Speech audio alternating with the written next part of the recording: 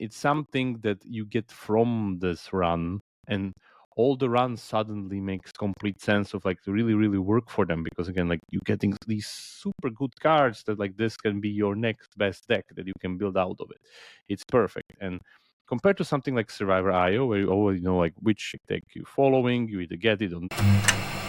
It's 4 a.m. and we're rolling the dice. Matei drops knowledge made of gold and ice. Felix with ads making those coins rise. Jakub designs worlds chasing the sky. We're the 2.5 gamers, the midnight crew. Talking UA adverts and game design too. Matei, Felix, Jakub bringing the insight. We're rocking those vibes till the early daylight. Matei, UA, master eyes on the prize. Tracking data through the cyberspace skies. Felix stacks dollars like a wizard in disguise. Jakub's crafter realms lift us to the highs. 2.5 gamers talking smack. Slow hockey stick, got your back. Ads are beautiful, they light the way.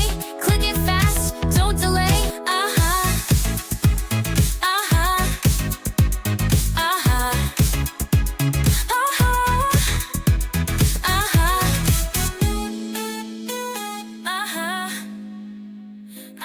Hello, this is 2.5 Gamers again. Another solo episode that we're gonna do today. This will be pretty hardcore one, because what I want to talk today is pretty much the state of roguelite games. Not only, like, I would say the next evolution rather than the state. Yeah. Because I've been tinkering with this for quite some time now, pretty much searching for some answers and going around few games and some solutions where I really like the roguelite genre. We all know it's extremely popular, just as we covering pretty much a roguelite game every single month now, from like, I guess, start of Survivor.io or Vampire Survivors. Yeah, so this genre definitely not going anyway. The big question again, of course, is how it's gonna evolve. Yeah, I've been saying this for quite some time, but again, just want to kind of do a solo one on this, because yeah, this is getting finally getting streamlined, and we'll see. Anyway, let's go and get into it. What we have in mind. So the main problem, in my opinion, with the whole genre, if we go, let's say, one of the most typical examples of a roguelite game would be Survivor.io, really the big one that really, which is pretty much the, yeah, layman's terms, mobile version of Vampire Survivors, where we have our hero. It's this kind of shoot 'em up setup. The core doesn't really matter in this case. Honestly, what matters is the roguelite system. So we kill the enemies. Maybe let's go a little bit further here. Yeah, so we kill the enemies. There's this kind of repeating XP bar.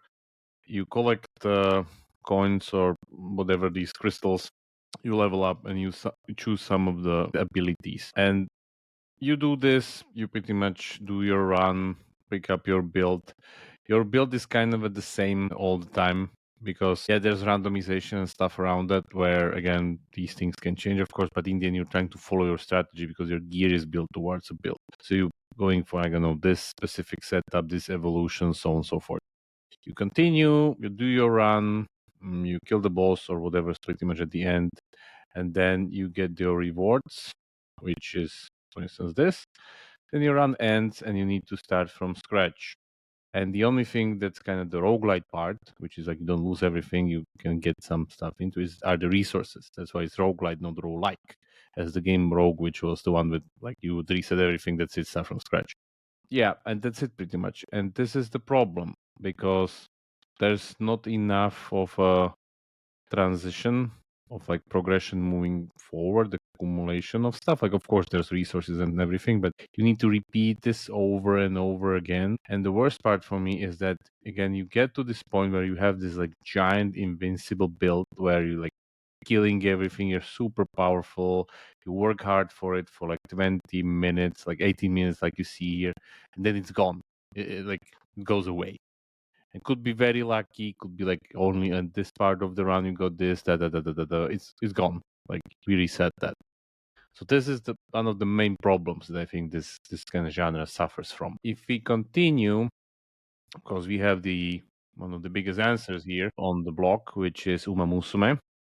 Which Uma Musume does is that as you train the girl, the horse girl, at the end of her year, you get an imprint of the run, and then you can use her in other modes of the game, which is the PvP mode, the daily mode, or whatever mode, multiple. The game is geared towards you creating different kind of imprints of, or like, I don't know even how to call it, but pretty much the thing that you do during your run is saved, and then it's packaged as some kind of character that you can use later, which is that like our all effort, which like, yeah, these takes like 30 minutes to finish, like don't get me wrong, to get through this whole process. Like, it's kind of tiring, even though we go like super fast and skip all the races and everything. So we get this character, all the roles and all the randomness and all the right decisions and bonuses and everything. We get this packaged, and then we can use it later. We can use it as a parent. We can use it in PvP. We can use it in daily missions. We can use it in the cup. The game runs these specific tournaments every month where you get like, again, people literally build these for these specific use cases. Like they go to extreme lengths to kind of get the specific ability, specific stats, everything. It gives so much longevity towards the progression.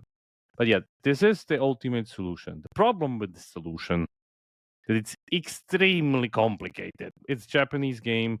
It's one of those few games that actually made it into the Western market in the original form. Yeah, hats off to these guys, but let's not be kidding ourselves. It's very, very complicated. I like it. Lots of people like it, but mainstream market would like it. This is not mainstream material. But the idea and everything, it's great. So if we move forward, let's move to the other game that we just covered recently, which is Cow Zero Nightmare, which currently is faring pretty okay-ish, I would say. They're doing still something like 130, 120 KDA. Of course, there will be a bump, right? I guess during the time you watch this, because there's going to be a new gacha character release. You know, these things, gacha games go in spikes because this is pretty much Honkai style progression. So yeah, that's not that big a problem. Even if you use the active users, it's still kind of stable. Let's not kid ourselves. This is still driven mainly by Japan. So yeah, it's like that's how it is. Not much sense to it. Also, if you go to revenue is still US first, but again, only by a small margin over Japan and South Korea. So yeah, you see the countries are still mainly Asian game. Anyway, but the thing that I want to talk about regarding them, as we didn't really cover in our review of the game that well, is actually how they do the imprints. I think here we have a much more streamlined solution, and we're getting there. It's still kind of hard, again, but we're getting there. I think we're just one step away from Western game implementing it properly. So what we have here is that we have these characters, typical waifus, as always, like nothing related to it. And these characters, this is basically a continuation of Slay the Spire, for those who didn't know. So this is a deck builder game, basically. You have these characters, and these characters have their like starting card stats. So you have your starting cards, you have your other cards, and then like these can evolve, so on and so forth, and then you can change those, so on and so forth. So as you progress during the roguelite modes of the game, which are either not missions, not missions, the chaos one, where you actually deck build your deck. You are able to remove cards, duplicates, like do some like pretty much bread and butter deck building with it.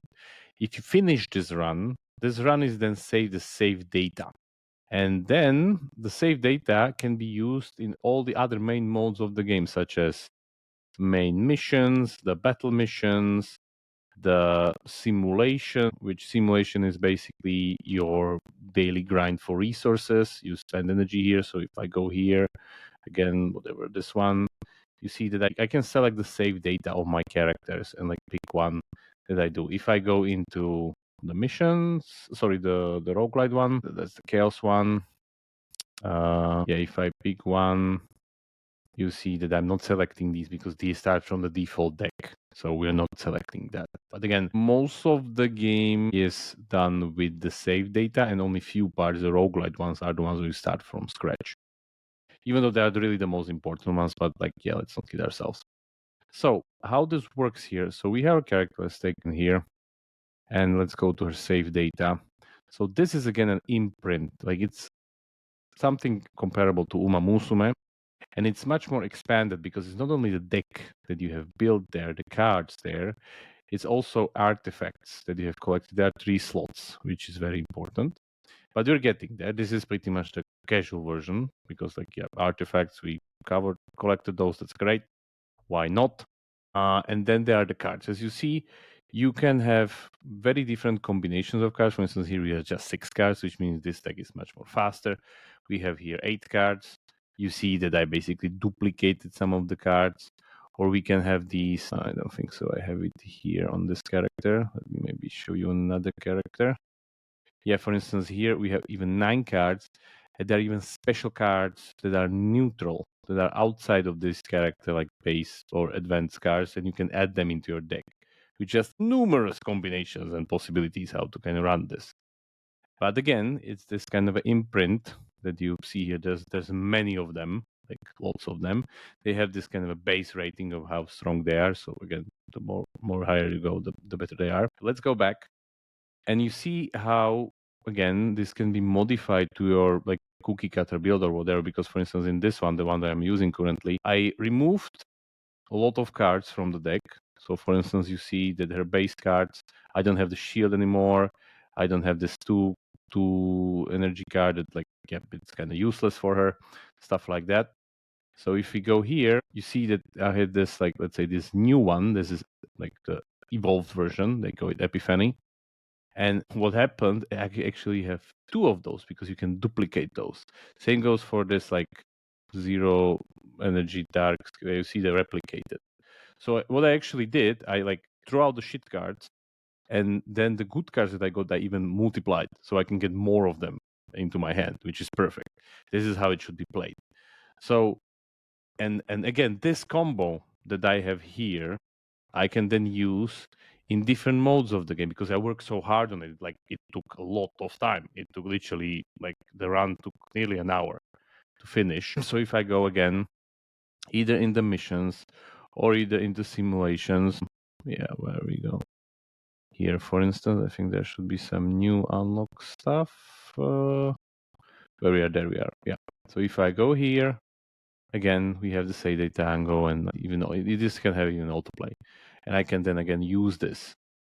So it's extremely valuable, and it's really good that you can, again, this takes like a lot of RNG also, because when I'm building the deck, you need to have special occasions of like the game needs to give you this specific drop of a character. Like again, like it randomly chooses which card to evolve. It needs to drop for your main character.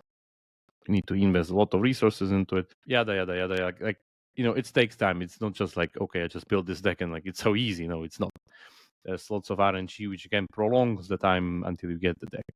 But again, it's something that you get from this run, and all the runs suddenly makes complete sense of like to really, really work for them, because again, like you're getting these super good cards that like this can be your next best deck that you can build out of it.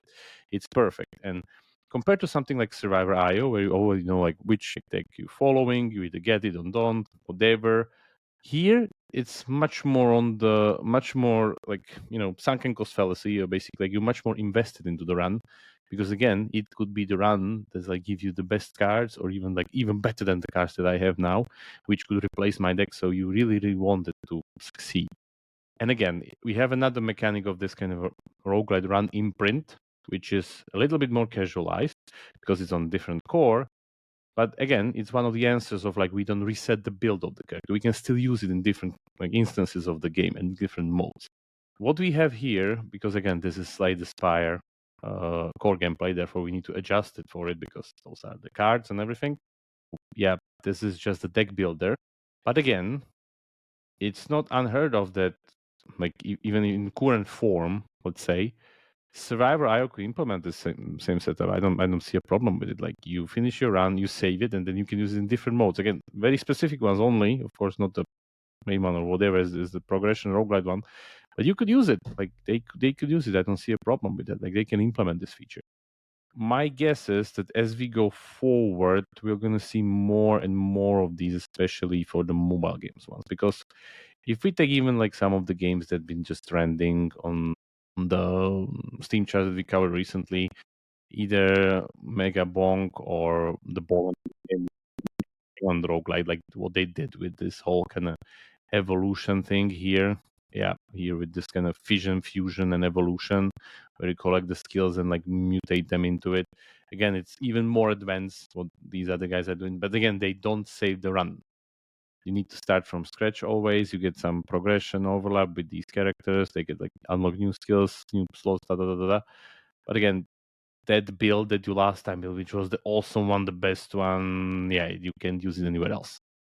Which, in my opinion, is like a missed opportunity, because like these things kind of work so well, in my opinion. And the best kind of example, like why this system is so sturdy and why I think it will be eventually like could become mainstream with roguelite genre, like to have this kind of imprint mechanic pull into it, is again Uma Musume, because Uma Musume itself, like last 6 months, you can see they're pretty consistent. Yeah, it's not anymore 50% revenue outside of Japan. It's like literally 51% revenue inside of Japan. But still, if we go again, it's gacha based, so like these things kind of just come and go. Revenue wise, they're doing pretty well. Let's say last 12 months. But again, let's do 6 months, because like it's just 6 months in the West. That's why. So they do pretty consistently good, like 30 million a month. Yeah, that's perfect. And the active user base is actually increasing. If we go here, yeah. So once the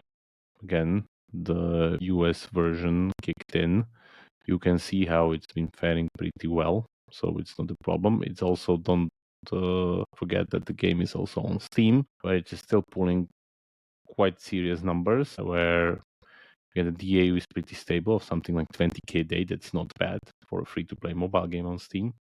So yeah, it's getting pretty good traction, and you see how strong this mechanic and the setup is with the game itself, even though the core is, of course, very unique and everything. So Uma Musume is pretty much nearing 2 billion in overall lifetime revenue on mobile. So yep, it proves a lot that, like, again, this mechanic just needs to be streamlined. So we are waiting pretty much for Empires and Puzzles to kind of Uma Musume's Puzzle and Dragons.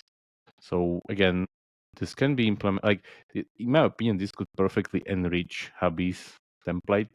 So you could use those imprints overrun, like all these setups. Like, they don't have a problem with implementing. It's one of the main features there that could work pretty well. Again, can be very casual, but also like just like a different setup of roguelite mode and roguelite genre itself to kind of bring it around of these mechanics. Like, if we go again into Chaos Zero, they have it as one of the core features of the game here.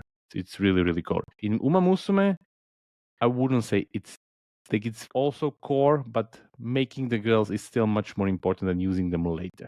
You can skip this if you want. Like, you can PvP, the events and tournaments, they're kind of more player driven, but the main bulk of the game you can do this. Here, you need to do it even for the main game. Like, there's no PvP basically. So it's one more step towards being more prominent of a mechanic and going more to the center of the course. Again, a little bit more streamlined, a little bit more, I guess, casualization, or like making it more easier to understand, probably with a different core, because like Spire deck building core is kind of pretty hardcore by itself. So we'll see. But yeah, I'm definitely guessing that this is not the last time and the last game that we covered that is using a mutation of this like roguelite imprint mechanic. And I'm guessing that the next 6 to 3 months we'll see more, I don't know if RPGs, but like different games using this, because the roguelite is super popular. As I said, we're pretty much covering a new hit roguelite every single month. Either it comes from Steam or it comes from the mobile stores. Habi is having 3 games in soft launch, which are roguelite even now on WeChat. They pretty much turned the Clash Quest, the old killed Supercell game, the puzzler, to roguelite, like, again. So we'll see. There's definitely stuff for iteration, but it's really interesting to me, like how these dynamics kind of continue and evolve some of the genres, because again, by doing these iterations, you are able to literally hit gold, like a gold mine, because again, if you push it very easily, again, you don't need to reinvent everything from scratch. You just reinvent these 20-30% of the game, which creates a completely different game, and that's your biggest USP and advantage, and you break the market like Uma Musume did. So yeah, we'll see. I'm definitely looking forward. This was the update from the roguelite genre and its evolution, and I guess its comic evolution. So again, looking forward to more games and more roguelite games with imprint systems. So let's call it imprint system. That would be like a good genre definition. That we'll be definitely covering next year. I'm guessing 2 to 3 games for sure. It's gonna happen. Anyway, this was it. See you on the next one. Join the Slack if you have any questions on this. Feel free to share those or ask me there directly. Happy for any feedback. And yep, see you around. Ciao.